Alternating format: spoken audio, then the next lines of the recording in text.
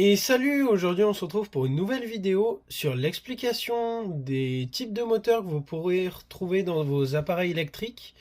Donc il y en a plein de types, enfin du moins moi je vais vous présenter ceux que je connais. Donc le but c'est de vous informer un petit peu du plus facile au plus complexe, comment ça marche, voilà. Donc le premier que je vais vous présenter c'est un moteur à courant continu, c'est un moteur avec balai ou charbon comme vous préférez. Donc lui en l'occurrence il était dans une visseuse, c'est un 12 ou 14 volts. Il en existe dans vos aspirateurs par exemple, c'est un moteur à charbon. C'est plus ou moins la même chose, sauf qu'il marche en alternatif. J'en ai un ici, c'est exactement la même chose, mais il est plus gros, il fait 150 ou 250 watts. Il était dans une trottinette électrique. Donc je vous l'ouvre et je vous montre un petit peu ce qu'il y a dedans. Donc après l'avoir ouvert, on peut retrouver plusieurs parties, ce qui fermait le moteur au fond. Juste derrière, on a les charbons, donc ici c'est les balais si vous préférez. On voit bien les ressorts avec les petits charbons au fond. Donc ils viennent s'appliquer contre là, les petites lamelles de cuivre. Et donc là on a le rotor du moteur, et ici le stator. Comme c'est un moteur à courant continu, on n'a pas d'aimant sur le stator, on n'en a que sur le rotor. Ne me demandez pas pourquoi, mais du coup là on le voit bien. Et suivant la position du moteur, du coup, les charbons viennent se placer à différents endroits pour entraîner le moteur. Donc le deuxième moteur que je vais vous présenter, c'est le moteur brushless, plus communément appelé moteur sans balai. Il est beaucoup utilisé dans le modélisme ou dans les drones, car il peut prendre énormément de tours. Le seul inconvénient, c'est qu'il y a 3 fils, donc il va falloir un circuit pour le commander. Vous ne pourrez pas l'utiliser comme ça, juste en le mettant sur une batterie. Donc je vous ai déniché un petit module qui traînait dans mes tiroirs.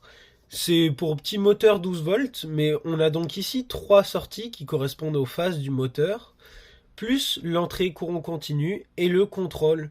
En fait, ce circuit permet de contrôler chaque bobine du moteur.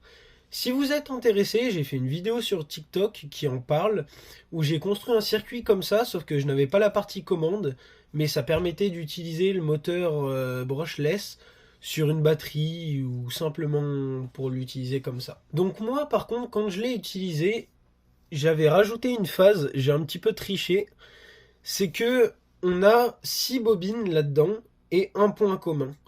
Donc il faudrait 6 transistors à peu près pour tout contrôler. Donc moi ce que je me suis permis de faire, c'est que j'ai rajouté un point neutre, donc c'est le fil rouge ici qui relie toutes les bobines ensemble, qui me permet d'utiliser que 3 transistors.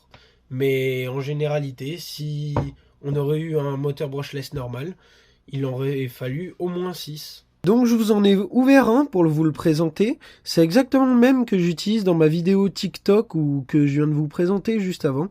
Donc on voit bien les 3 phases. En fait, je vous ai menti tout à l'heure, je vous ai dit qu'il y avait 6 bobines, mais en réalité, il y en a beaucoup plus que ça, tout dépend les moteurs. Donc en gros, pour vous résumer, ici on a phase 1, phase 2, phase 3, et on rattaque sur la phase 1. Et ainsi de suite. Ce qui permet d'être assez précis dans le mouvement et de vraiment régler ce qu'on veut. Alors pour info, du coup, elles sont toutes reliées entre elles. Ah, et j'ai oublié de vous dire une chose avant que je close le sujet. Donc en parlant des moteurs brushless, il y en a dans les moteurs d'overboard. Vous voyez normalement ce que c'est. Donc en fait, dans les moteurs brushless, que ce soit dans le modélisme ou dans les moteurs comme ceux-là que je viens de vous parler, on peut avoir des capteurs à effet Hall. En gros, c'est des capteurs qui permettent de savoir la position exacte du moteur et qui remontent au boîtier pour gérer le moteur. Du coup, en abrégé, le moteur, on va lui dire tu vas à cet endroit. Bah, les capteurs plus le contrôleur vont faire en sorte qu'il reste à cet endroit. Donc par exemple sur un moteur d'overboard, quand on ne bouge pas ou qu'on bouge un tout petit peu, lui il va faire en sorte de recaler notre corps, mais il va pas vraiment tourner. Il peut aller dans les deux sens, mais il va bouger de quelques crans. Donc voilà. Donc je vais vous parler du troisième moteur, le moteur asynchrone. Donc j'en ai ici, il est assez petit, il marche sur le 230. Faut savoir qu'un moteur asynchrone marche que sur l'alternatif. Donc lui en l'occurrence il a un motoréducteur, mais si on parle vraiment que de la partie moteur, en contournant le sujet, puisqu'il n'y a pas vraiment grand chose à dire, Mais en gros, les bobines sont vraiment que sur le stator et pas sur le rotor. Et donc en envoyant du jus dans le stator, ça va faire tourner le rotor en induisant des champs magnétiques. Donc le dernier moteur que je vais vous parler, c'est le moteur pas à pas. Vous devez sûrement le connaître sous cette forme. Il est beaucoup utilisé dans l'impression 3D, car il faut être très très précis, mais utilisé aussi dans le modélisme ou dans les imprimantes qui ont besoin d'un petit peu de précision. Donc ce moteur a généralement, ça peut dépendre, mais 5 ou 6 fils. En gros, c'est le même système que les moteurs brushless, sauf qu'il a beaucoup plus de bobines et que la roue, enfin le rotor au milieu, est cranté. C'est-à-dire que quand on le tourne, on le sent, il y a des crans.